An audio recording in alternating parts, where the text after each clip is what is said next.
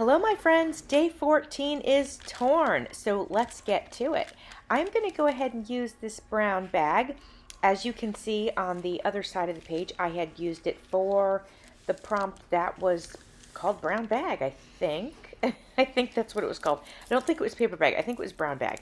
So at any rate, maybe brown paper. Anyway, something like that. So I figured, why not use the other half of the bag? It's a really cool bag. It's got a really cool texture, kind of like maybe wax paper or something like that. So I enjoyed working with it once, so I figure I might enjoy working with it again. All right, so I got to tell you, I just came home from work a little while ago, and I'm so tired. So I decided to indulge in some peanut butter M&Ms to try to get like a little sugar rush going. And I don't know if it's going to work or not, but I just wanted to come and edit a video, but I needed some energy. And I bought this container. Hold on, I should even show you a picture of it. I bought this container. It's 55 ounces of peanut butter M&Ms. It's like the bulk size. Oh, yeah, hold on. It's 3 pounds. And I need to get these out of my house because I've probably eaten half the container by myself. I'm going to gain like 5 pounds just from eating them. Anyway, enough of that baloney. Let me just tell you that Junk Journal July is hosted by Make Journals and co-hosted by Get Messy Art. I decided since the prompt is torn, I was going to go ahead and not use my scissors at all for this page. So you can see I'm cutting the bag to size, but I'm using a ruler and just tearing it. So that's going to be my rule for this particular page, is to not use my scissors at all. If you hear a funny sound in the background, it's because I've got my Cricut going. I'm making t-shirts for Carl, Andrew, and Amanda because Carl needs them for his shop, and Amanda's been working with him more lately, so she needs some. And then Andrew's been working with him, and so he needs some as well. So I've got that going on at the same time that I am working on this project.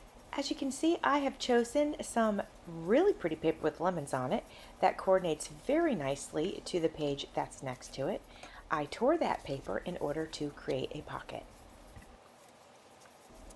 I don't know if you saw the video where I created the page on the right, but I talked about, at the end of the video, I talked about how I didn't like the white space and that I wished I had put something over it before I had put the pocket on. Well, today we're going to go ahead and use some of this lemon paper to cover that space, and I think that I'll be much more happy with it. You might notice while I'm working on this project, not today but all the days, just the project as a whole, because this is going to be one journal, I might do something like this. You know, I might feel like the spread is done, not the spread, but the page is done. And then I might look at it and go, oh, you know what? It's not really done, but maybe my video was done. And so I'll come back and do this and just add to it. And that way I'll be satisfied. You know, sometimes when you look at something, especially a piece of art that you're creating, and maybe you don't know where to go next or something like that, and then you look at it with a fresh set of eyes, and suddenly you see your answer. And I feel like that's kind of what happened here with this. Before I move on any further, I'm going to go ahead and ink the edges with some brown ink. You'll notice in this journal I am not using much brown. I'm mostly using my pink ink, actually, which is brand new. I just got it, maybe a week ago. And I'm loving it. It's such a beautiful bright pink. But on this spread, since we've got the brown paper bag, I'm going to go ahead and use the brown ink, and then that'll make the yellow paper pop a little bit more.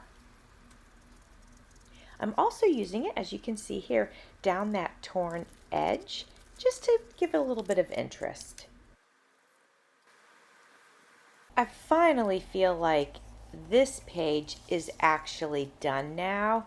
So let's move on and get back to what we're supposed to be doing today with our prompt called torn. I'm going to make a tag for the pocket, and I'm going to follow the same rules. I'm not going to use a paper cutter. I'm going to tear this tag into shape. If you always use scissors and you're not really into tearing, I want to encourage you to give it a try. I find tearing to be a lot of fun, and I do a lot of that when I create my journals. It creates a nice little tattered edge, and then I've seen some people take a ruler and then like snip the edges of it so that they get a really tattered edge. If you do it with a ruler like this, you get a pretty clean edge, but there is a little bit there, and actually then if you ink it, those edges really pick up the ink because they're more porous. After I ink this, I'm going to go ahead and tear my second layer for the tag. For my next layer on this tag, I have decided to use this paper here with the flowers on it. And you'll notice on the right hand side is another piece from that same scrapbook kit. So it's got that same flower on it, but on a yellow background. Anyway, it's all going to work really, really nicely together, and I'm very excited about how this is coming together. Once I get this on here, I want to give it a pop of color, so I'm going to grab a red piece from the scrapbook kit. It says, "Oh, what a beautiful day." I'm tearing that off. So far, so good with all of the tearing. I think everything is just working really nicely. I'm going to go ahead and ink that because three of the sides, I should say, on that red piece were cut by scissors on a previous day. So today I tore, but in order to make everything look uniform, I'm going to pretty heavily ink it up. I'm going to put that on the tag, and then this will be done. This whole spread will be done. But I will tell you this, when I go through, once the whole journal is complete, I'm going to go through and add details. And most likely I'm going to add some sort of detail to this really large pocket that we have going on here.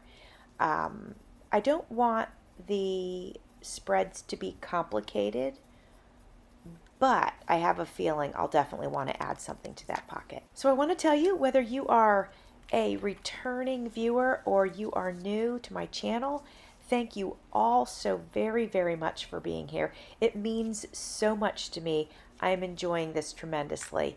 Please leave me a comment. I love to interact with you guys.